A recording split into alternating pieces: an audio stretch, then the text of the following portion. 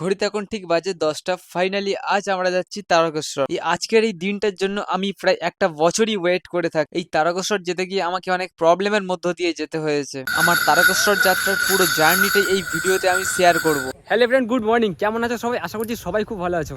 Finally আজ আমরা যাচ্ছি তারকেশ্বর। তো এখন হচ্ছে আমাদের গাড়ি চলে এসেছে অলরেডি। আমাদের পাড়া থেকে ম্যাক্সিমাম 4-5টা গাড়ি যায়। আর যে দিনটার জন্য আমরা প্রায় একটা বছর ওয়েট করে থাকি সেটা হচ্ছে তারকেশ্বর। ভাই আমার তো মানে এতটাই আনন্দ হচ্ছে, মানে কি বলবো, প্রচণ্ড এক্সাইটেড হয়ে আছি। এখন জাস্ট এসেছি, গাড়িটা এসছে। তারপর ড্রাইভার দাদার সাথে কথা বললাম যে গাড়িতে কীরকম কী রাখবো। তারপর আমাদের পাড়াতে অনেকগুলোই গাড়ি যাবে আজকে, ম্যাক্সিমাম 4-5টা। অলরেডি 2টো গাড়ি বেরিয়ে গেছে, লাস্টে আমাদের 3টে গাড়ি যাবো। তো চলো পুরো ব্লগটা শেয়ার করবো, দেখতে থাকো। যারা যারা এখনো পর্যন্ত ড্রিম লাইক চ্যানেল সাবস্ক্রাইব করুন, ইমিডিয়েট সাবস্ক্রাইব করে নাও। যারা ফেসবুক পেজ থেকে দেখছো প্লিজ ফলো করে নাও। তো এখন হচ্ছে আমরা বাড়ি থেকে বাঁকটা নিয়ে বেরিয়ে আমাদের কালী মায়ের মন্দির ওখানে পূজা দেবো। তারপর আমাদের পাটেশ্বরীতলা মন্দির ওখানে পূজা দেবো, দিয়ে তারপর আমরা বেরিয়ে যাবো তারকেশ্বরের উদ্দেশ্যে। পুরো ব্লগটা শেয়ার করবো, দেখতে থাকো। আশা করছি অনেক ভালো লাগবে। সিনেমাটিক শট তো খুব সুন্দর সুন্দর থাকবে, তোমরা জাস্ট দেখতে থাকো। ওদের বাঁক এখন নিয়ে বের করা হচ্ছে, জাস্ট দেখো। আর আকাশের ওয়েদারটা মোটামুটি হালকা হালকা মেঘলা মেঘলা করে আছে, বাট বৃষ্টি হতেও পারে। আর এই হচ্ছে আমাদের বাঁকের আউটফিটটা কেমন লাগছে অবশ্যই কমেন্ট করো। পাড়ার কালী মায়ের মন্দির ওখান থেকে পূজা দেবো, দিয়ে দেন তারপর আমরা বেরিয়ে যাবো তারকেশ্বরের উদ্দেশ্যে।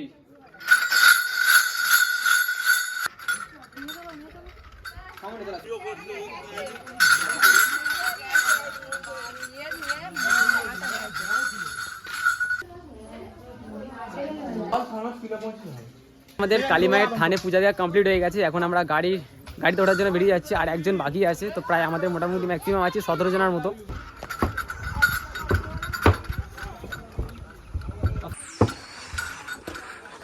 আমাদের এখন গাড়ি ছেড়ে দিয়েছে আমাদের পোলের ধার থেকে। জাস্ট কতটা ক্রাউড খালি একবার দেখো, ওই দিক থেকেও যাচ্ছে, আমাদের পাড়া থেকেও যাচ্ছে, কতটা ভিড় খালি জাস্ট দেখো তোমরা। তো ফাইনালি আমাদের ছেড়ে দিয়েছে এখন গাড়ি। হর হর মহাদেব। এখন চলে এসেছি পেট্রোল পাম্প।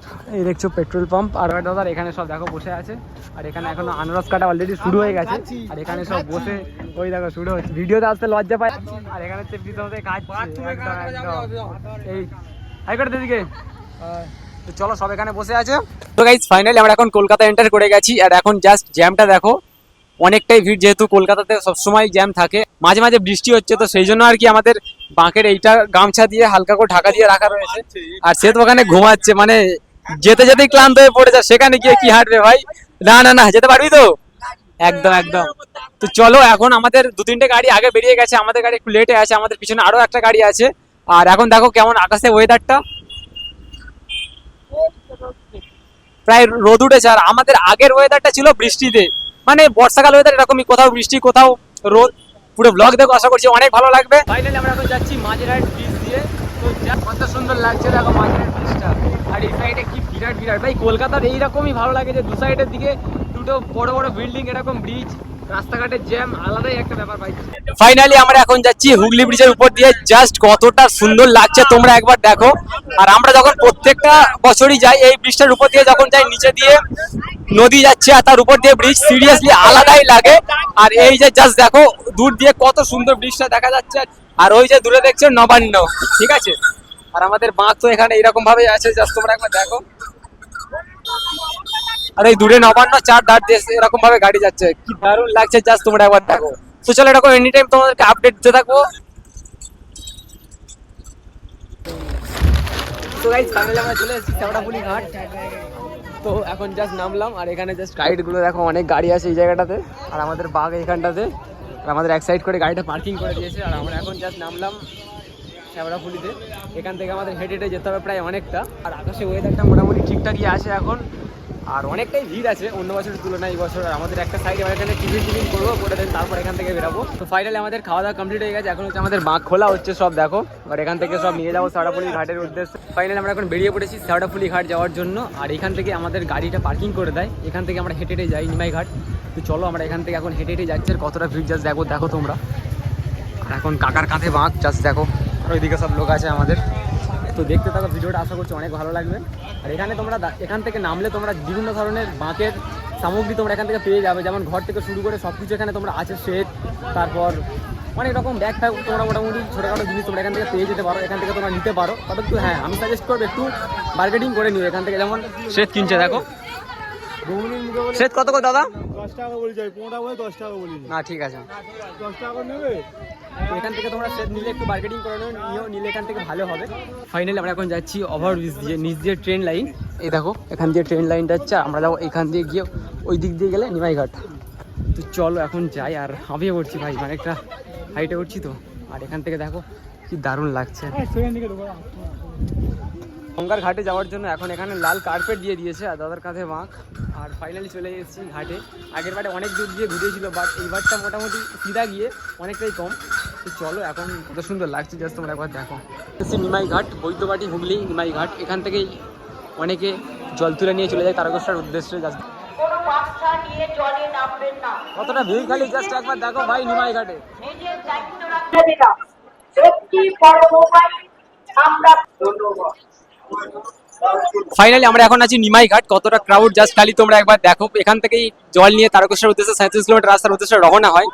কতটা ভিড় খালি জাস্ট একবার দেখো ভাই। এই দিনটার জন্য তো আমরা প্রায় একটা বছর ওয়েট করে থাকি, প্রত্যেক বছরের মতো। সেই বিকাল বিকাল শেওড়াফুলি থেকে জল তুলে নিয়ে কি ঘন্টার আওয়াজ, এর মধ্যে আলাদা একটা ফিলিংস কাজ করতে থাকে। সিরিয়াসলি বলছি ভাই, কতটা ক্রাউড খালি জাস্ট তোমরা একবার দেখো। ওই যে দূরে দেখছো নিমাই ঘাট।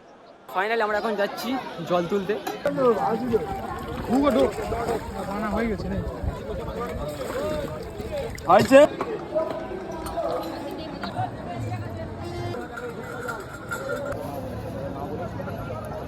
সো গাইস ফাইনালি আমাদের এখন দেখো বাঁধ প্রায় কমপ্লিট হয়ে গেছে। এখানে দেখো শ্বেত বাঁধা, আর এখানে কাপড় দেওয়া, ফুল দিয়ে খুব সুন্দরভাবে সাজানো। এই বাঁধটার আউটফিট হচ্ছে সেরকম লাগছে। কেমন লাগছে একটু কমেন্ট করো। এইটাতেও সেম, কেমন লাগছে একটু কমেন্ট সেকশনে বলো। তো এখন হচ্ছে ভালোভাবে এ করে নিয়ে শুরু। এখন পাড়ে একটু প্রবলেম আছে, ওই জন্য সে পাটা ঠিকঠাক করছে, দেন তারপর বেরিয়ে যাবো।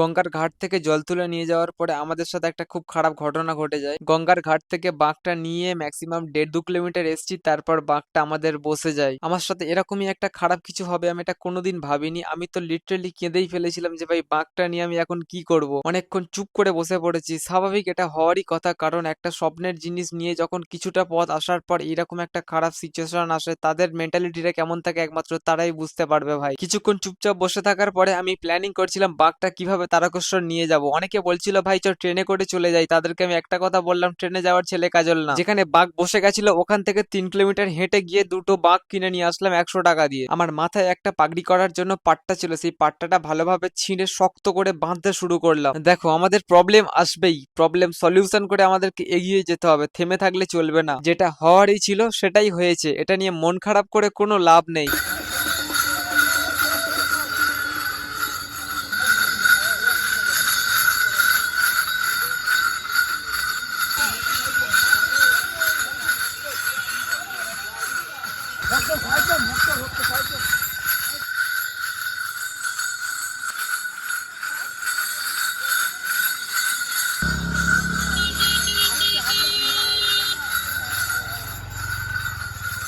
সো গাইস ফাইনালি আমরা এখন আছি কামারকুন্ডু ব্রিজ। পিছনেই দেখছো কামারকুন্ডু। শেওড়াফুলি ঘাট থেকে জল তুলেছিলাম, জলটা তুলে নিয়ে প্রায় কিছুটা এসছি, মানে রেল গেটের আগে পর্যন্ত, খুব বেশি হলে ম্যাক্সিমাম 1.5 কিলোমিটার কি 2 কিলোমিটার হবে। ওইখানটা এসছি ভাই, তারপর বাঘ বসে গেছে।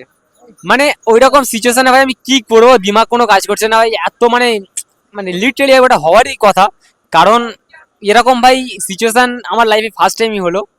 আর সবাই দাদা আছে আগে বেরিয়ে এসেছিল, ওখান থেকে বাঘটা কিভাবে কি নিয়ে আসবো, মানে মাথা কোনো কাজ করছিল না। তারপর অনেক ভাবনা চিন্তা করে 2 কিলোমিটার ব্যাকে গেছি, গিয়ে ওই যে বাঘ হয় না সিঙ্গেল সিঙ্গেল বাঘ নিয়ে যাওয়ার, পাতলা চেটি নিয়ে দুটো চেটি নিয়ে এসেছি। প্রথম একটা বেঁধেছি, কাজ হচ্ছে না ভাই, তারপর আবার নেক্সট একটা বেঁধেছি। দুটো বাঁধার পর তারপর বাঘটা নিয়ে এক টান কামারকুন্ডু, মানে ওখান থেকে এক টান কামারকুন্ডু। তারপর প্রথম থেকে তারপর অনেক আর অনুপম অনেকটা টেনেছে প্রায়, হ্যাঁ ম্যাক্সিমাম 2-3 কিলোমিটার মতো টেনেছে। তারপর ওখান থেকে গোটা নিয়ে এসেছি, নিয়ে এসে এখানে জাস্ট আমরা রেস্ট নিচ্ছি। এ তো এখানে ভাই ঘুমিয়ে পড়েছে, ঠিক আছে, দাদা সেট নিয়ে বেরিয়ে গেছে।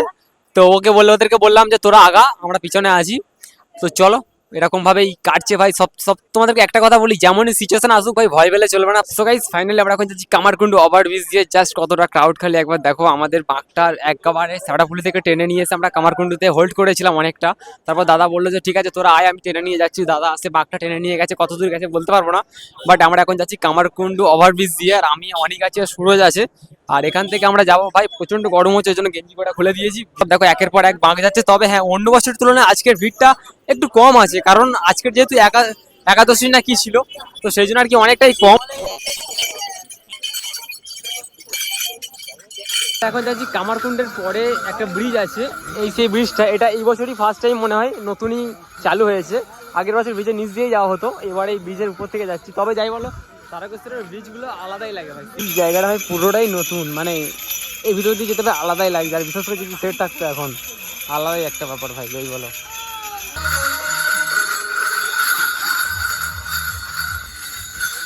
সো গাইস ফাইনাল এখন চলে এসেছি ওয়েলকাম টু তারকেশ্বর গেট। দেখতেই পাচ্ছ কত সুন্দর লাগছে। আমরা এসেছি এখানে ভাই 3:30টার সময়, কাকাদের জন্য ওয়েট করছিলাম। আর আমরা এখানে চলে এসেছি একদম সন্ধ্যা, এখন দেখো সকাল হয়ে গেছে। আর সত্যি কথা বলতে এই সারা রাত জেগে যখন এই গেটটা যখন দেখতে পাই না, সিরিয়াসলি আলাদা একটা মানে ফিলিংস ক্রিয়েট হতে থাকে ভাই। তো এখান থেকে দেখতে পাচ্ছ লাইটিং স্টার, তো তোমাদেরকে শেয়ার করবো যতটা পারবো।